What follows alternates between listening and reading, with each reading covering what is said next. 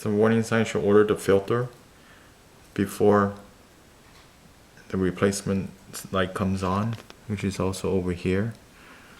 It's just a warning to order the filter. So this fridge actually tells you to order the water filter ahead of time. And you can buy this probably from Sears, home improvement stores, or just order online from the manufacturer, from Whirlpool.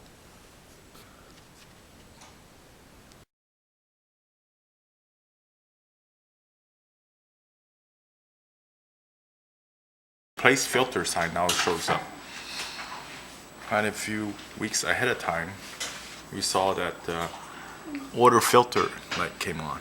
So let's show you how easy to replace a filter in a Whirlpool fridge. Okay, here's our new water filter replacement. And I'm gonna stick it in. Make sure the top portion, the arrow is pointing up. And this is the part that needs to go in like that. Okay? So why don't we take a look at it. I'm gonna try to do it with two hands. See this thing over here on the top? So like this. And the door automatically closes. Okay, so that's how you put it in. This is my old filter. Let me take it out. Okay, to reset the filter, what you need to do is press the option key. That's over here. You see it? Got a good picture of it.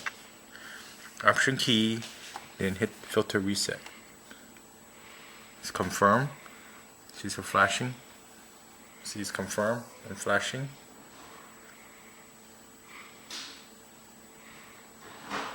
There it goes. That's all to it.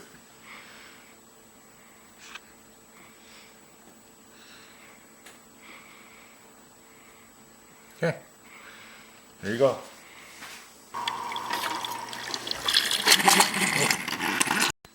Once you get the air out of the system,